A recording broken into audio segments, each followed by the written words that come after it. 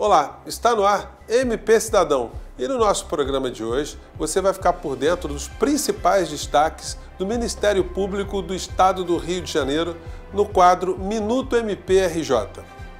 E vai saber detalhes da investigação realizada pelo MPRJ no município de Macaé, que ficou conhecida como Operação Caixinha.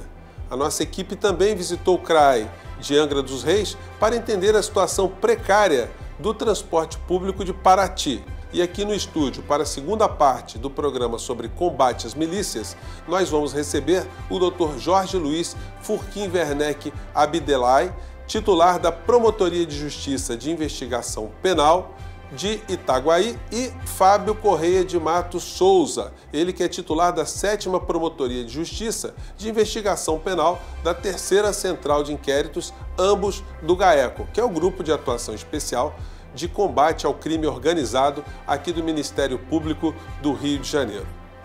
Está no ar para todo o Brasil, MP Cidadão, o Ministério Público mais perto de você.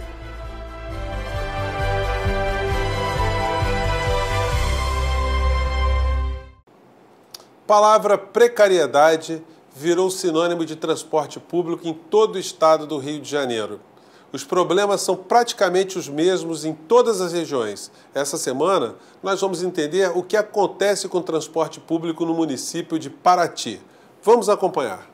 A omissão dos agentes públicos do município de Paraty tornou desastroso o quadro do transporte local. A falta de fiscalização dos serviços prestados pela concessionária Qualitur e o fato do município sequer ter iniciado o processo licitatório, já que o contrato de concessão está vencido desde 2014, resultou na precariedade do serviço de transporte público do município. De acordo com a promotora de justiça Cristiane Campos da Paz, o MPRJ ajuizou uma ação civil pública que questiona o contrato de concessão com a Qualitur e também a subvenção com o Sindicato das Empresas de Transporte de Passageiros de Barra Mansa, a Sindipaz. Os dois pedidos foram deferidos, mas a Qualitur suscitou que haveria uma conexão com uma ação proposta anteriormente, no qual ela pediu reajuste na tarifa dos ônibus. São duas ações totalmente distintas, sem nenhuma relação, mas que a Qualitur afirma ter conflito. Esperamos que no conflito positivo seja reconhecido que de fato não há qualquer conexão entre as ações, que efetivamente não existe.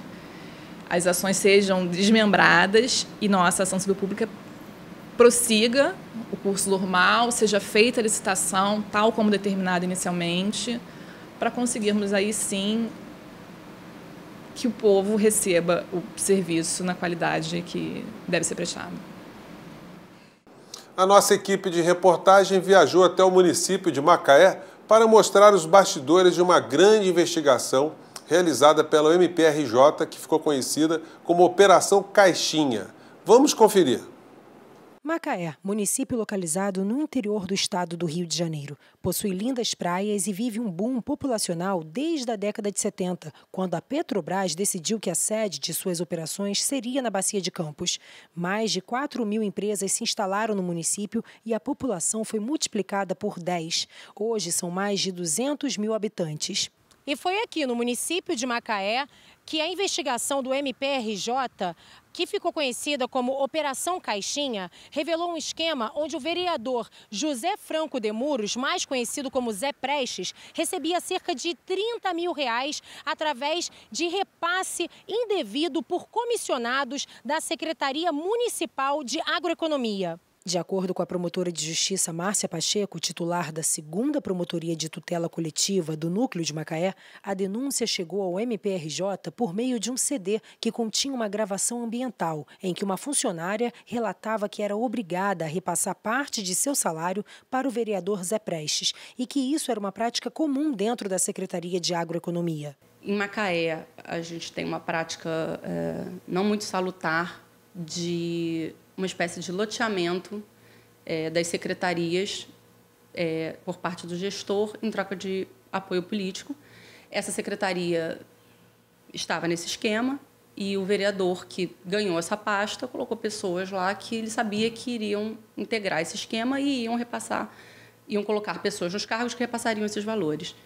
Essa pessoa afirmou, o subsecretário de Agroeconomia à época também confirmou, e nós ajuizamos a ação, que na ocasião tinha 4 pedidos cautelares, tinha quebra de sigilo bancário fiscal, indisponibilidade de bens, mandado de busca e apreensão, e pedimos também o afastamento cautelar tanto do vereador quanto do secretário, que estavam envolvidos no esquema, e foi tudo deferido, e essa foi a Operação Caixinha, que foi uma atuação exclusiva do Ministério Público do Estado do Rio e que a gente entende que foi extremamente vitoriosa, porque todos os pedidos da ação foram atendidos liminarmente.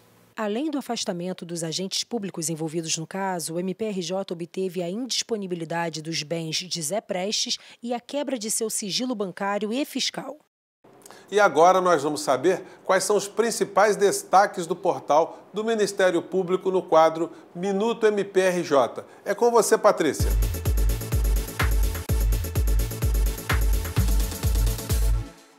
Olá, José Fernandes. Chegou a hora de saber os principais destaques do site do Ministério Público do Estado do Rio de Janeiro. E para começar, uma boa notícia para os técnicos das áreas de notificação e intimação do MPRJ. É que o Ministério Público aqui do Rio obteve a sanção da Lei 7.956, alterando a Lei número 5.891 de 2017, que dispõe sobre o quadro permanente dos serviços auxiliares do MPRJ. A nova legislação atribui a designação funcional de oficial do Ministério Público aos técnicos do Ministério Público da área de notificação e intimatórios. E outra notícia de destaque é que o MPRJ realizou ação para emissão de documentos para crianças acolhidas. Essa ação social faz parte do projeto Criança Cidadã deste ano. O atendimento ocorreu no abrigo Fernandino Del Negro, localizado no bairro de Olinda, em Nilópolis, na Baixada Fluminense. E o MPRJ participou do lançamento de protocolo da Polícia Civil de atendimento a mulheres transexuais e travestis. A iniciativa pioneira visa a garantia de atendimento humanizado e especializado, respeitando a identidade de gênero. Esses foram os destaques do site www.mprj.mp.br. Até a próxima, José Fernandes. Muito obrigado, Patrícia, pelas informações. E esse foi o Minuto MPRJ. Agora a gente vai fazer um pequeno intervalo. Não saia daí porque o MP Cidadão volta já.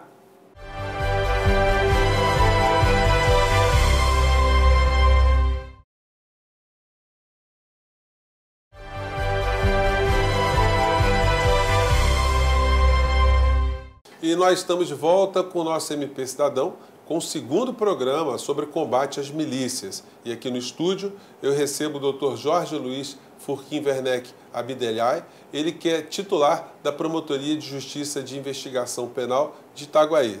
Eu agradeço o convite, é um prazer estar aqui. E também o Dr. Fábio Correia de Matos Souza, ele que é titular da 7ª Promotoria de Justiça de Investigação Penal da 3ª Central de Inquéritos. Agradeço o convite, Fernandes, e mais uma vez, obrigado por estar aqui. E ambos são membros do GAECO, que é o Grupo de Atuação de Combate ao Crime Organizado aqui do Ministério Público do Rio de Janeiro. Sejam todos muito bem-vindos. E para começar esse bloco de entrevistas, a nossa equipe de reportagem esteve nas ruas trazendo alguns questionamentos do cidadão sobre o combate às milícias. Aliás, parabéns para a nossa equipe, porque, gente, o tema é tão complicado que não foi fácil recolher depoimento e perguntas dos nossos telespectadores. Mas vamos a elas.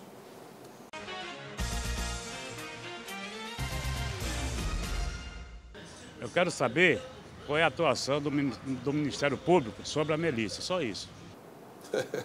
Bom, foi muito sucinto e objetivo, doutor Jorge. Vamos lá, como é que a gente responde aí? É bom que seja direto mesmo, esse tema exige celeridade.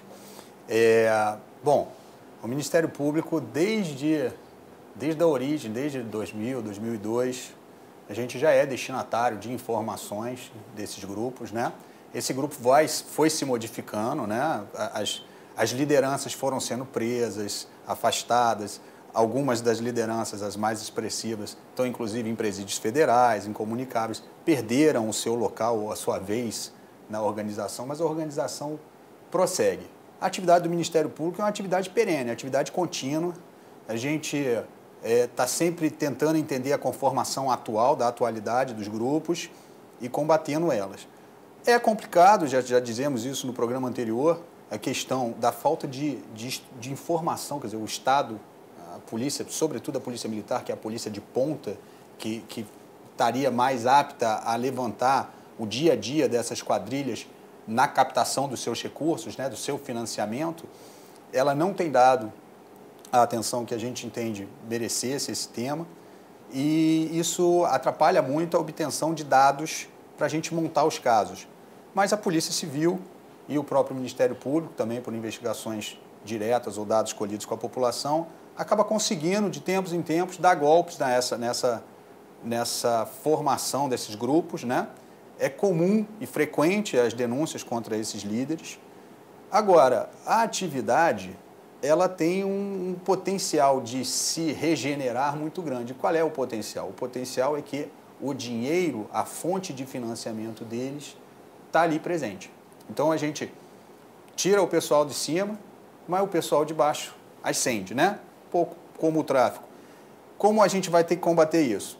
Já dissemos também no programa passado, e a gente está avançando na questão do estrangulamento financeiro, né?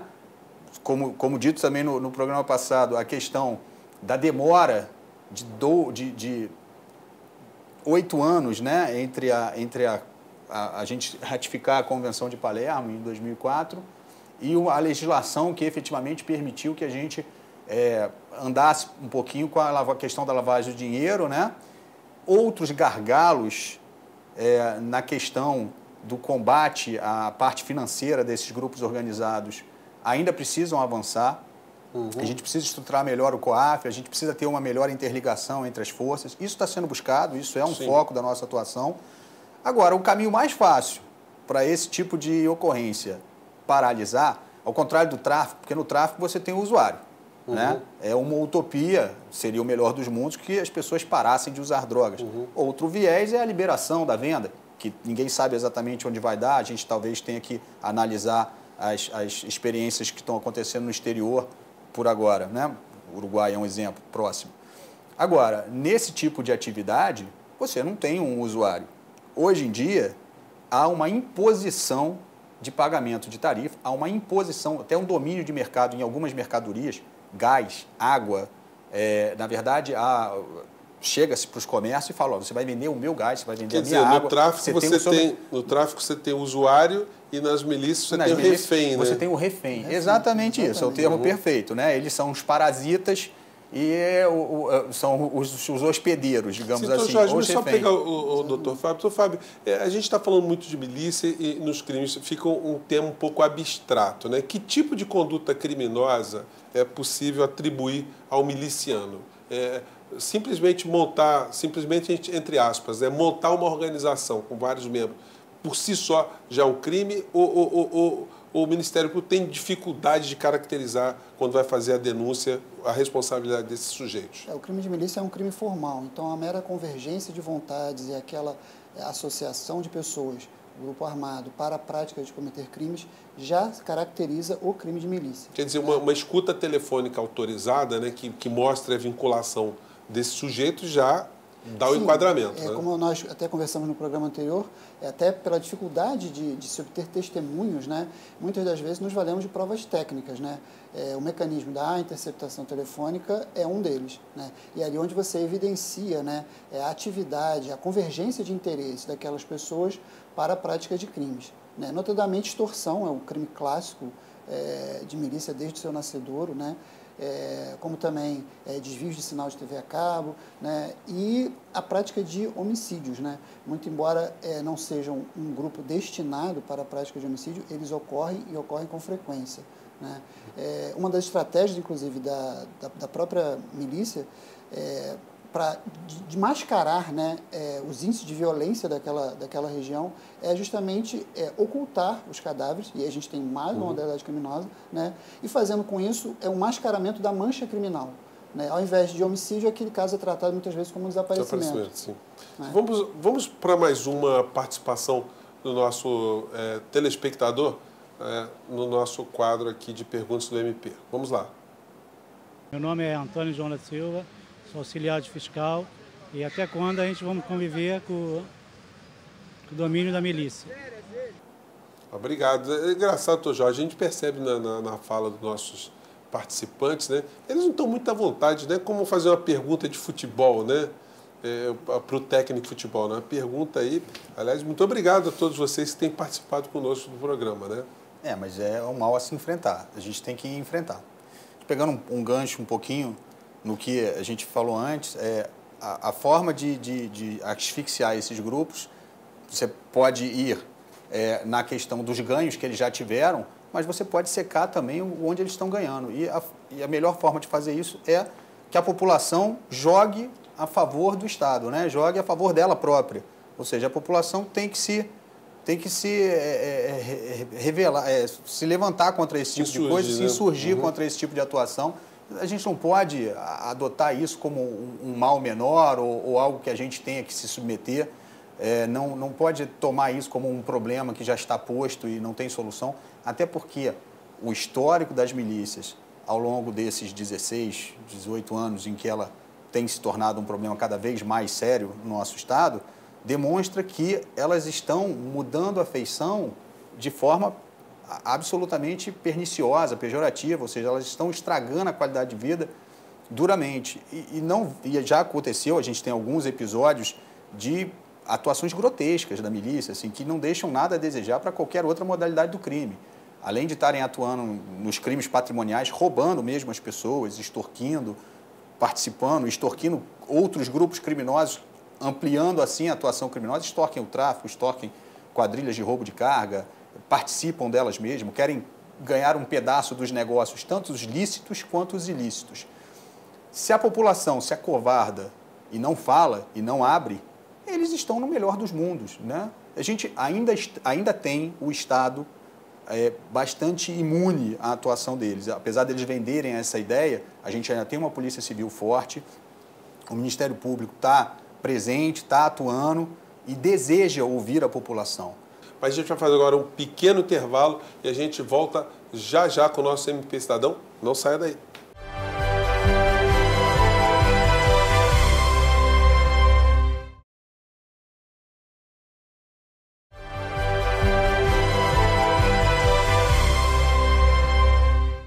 E nós estamos de volta com o nosso MP Cidadão e hoje discutindo o problema das milícias, né? Eu quero começar esse bloco aqui com o doutor Fábio. Doutor Fábio, comunidades que tenham controle já de milícias, né, elas não correm o risco de estarem daqui a pouco, se elas não denunciarem, se elas não lutarem contra isso, estarem sofrendo o mesmo tipo de violência que acontece por busca de espaços para exploração dessa atividade criminosa, como acontece no tráfico, de vez em quando há tiroteios, né? Se diz, olha, a polícia entrou em determinada comunidade, mas não foi a polícia, são facções que estão se matando dentro das comunidades. Nós já observamos tanto a questão de conflitos de tráfico em relação à milícia e também em relação ao confronto entre milícias diferentes, né? Com relação ao tráfico, o que a gente pode observar é que cada vez mais são gangues, né? Eles se parecem, né? Hoje em dia, com o afastamento desses agentes das forças de segurança, da linha de frente, né? Agentes de força de segurança em desvio de conduta, né? Das linhas de frente das milícias, passando a ocupar um outro tipo de situação, seja corrompidos ou dando um suporte oculto, né? Os personagens, a mão de obra, vamos dizer assim, por aspas, que a gente observa nas investigações em relação às milícias, é muito parecida com a mão de obra que se utiliza o tráfico, né? Basta ver a milícia da Zona Oeste, né? Onde o líder que recentemente foi morto numa ação policial, ele era oriundo do tráfico, né? Uhum. Então, assim, essa existência desses conflitos pela disputa de território, ele é cada vez mais frequente, nós vemos observando isso, né? Até porque, hoje em dia, o que se observa na prática das milícias é disseminar qualquer tipo de crime, qualquer tipo de atividade que dê algum tipo de lucro, uhum, né? Se afastou daquela pseudo-agenda moral, daquela reserva moral de pacificar o local. Eles vendem essa ideia para iniciar assim, a conquista daquele território, mas logo em seguida o que a gente observa é esse quadro de opressão e de práticas de diversas atividades criminosas. Quer dizer, que o doutor Fábio está dizendo que alguns grupos de milicianos, né, eles entravam em algumas comunidades colocando regras morais do tipo, olha, na nossa comunidade não tem tráfico de entorpecentes. Isso acabou, né, doutor? Isso acabou. Se nós observarmos a milícia com o tráfico, os dois fazem praticamente a mesma coisa. Né? Assim como o tráfico aprendeu com a milícia, né, algumas atividades como extorsão, né, a própria milícia ela se reinventa. Né? A grande diferença é que a milícia ela possui uma capilaridade, uma inter-relação muito grande, né, dentro do Estado. Ela possui ainda contatos, entradas, né, e ela atua de uma forma oculta. Então, assim, essa é a grande dificuldade e é a grande diferença em relação à milícia e em relação ao tráfico. Em relação à guerra entre milícias, isso de fato pode acontecer. Na Baixada Fluminense, nós podemos observar isso com a entrada da grande milícia de Santa Cruz, que antigamente era nomeada e hoje em dia eles preferem não usar nome algum, né, com grupos locais que ali existiam. Né? Doutor Fábio, nós falamos para todo o Brasil, que conselho o senhor daria para as pessoas que estão nos assistindo no Brasil afora, né, se começarem a perceber um movimento de milícia aonde mora?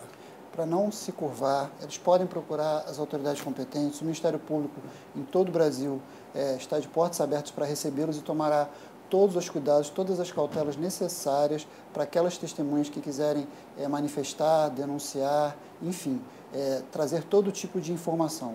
Além dos canais do anonimato, né, nós falamos aqui também das possibilidades de proteção à testemunha, né, não da forma radical, como o afastamento da família, etc., mas de formas de se trabalhar aquele depoimento em juízo. Então, assim, o que a gente pode falar é para que as pessoas que estão observando aquela comunidade sendo achacada, sendo tomada por esse tipo de grupo criminoso, né, que se insurjam de uma determinada forma. Né? Sejam procurando o Ministério Público, seja procurando a própria Polícia Civil, seja pelo anonimato, seja de uma forma extensiva. Mas é muito importante e é muito válido que a população daquelas localidades que estão sendo dominadas ou que já estejam dominadas, né, que sofram isso na pele, que saibam, um dia podem implicar com você e aí a situação vai ficar pior. E se você deseja ajudar a reverter isso, procura o membro do Ministério Público perto de você, ele vai garantir o anonimato dentro do arcabouço legal. A gente tem uma legislação de proteção à testemunha, a Lei 9.307, a gente tem legislações que permitem, nesse tipo de atuação, você preservar a identidade até da testemunha, ou então a gente trabalhar a informação melhor. É importante que o promotor, que o policial, que o delegado, pode colher informações sobre o profissional, mas vá procurar, porque é importante que a gente tenha acesso à pessoa para entender qual é de onde é que é a origem daquela pessoa, se ela realmente tem aquela informação e trabalhar essa informação da forma mais precisa, até para que a gente consiga uma acusação mais forte. Olha, gente, nosso programa está muito bacana, a gente espera ter dado uma contribuição ao tema, mas infelizmente o MP Cidadão de hoje fica por aqui. Eu gostaria de agradecer mais uma vez a participação do Dr. Jorge Luiz Furquim Werneck Abdelay, ele que é titular da Promotoria de Justiça de Investigação Penal de Itaguaí, e do Dr. Fábio Corrêa de Matos Souza, titular da 7ª Promotoria de Justiça de Investigação Penal da 3ª Central de Inquéritos, ambos do GAECO. E você também pode nos acompanhar através das nossas redes sociais, mandar suas críticas e sugestões para o e-mail que está aparecendo aí na base do seu vídeo. E a gente se encontra na próxima semana em mais um MP Cidadão. Um grande abraço e até lá.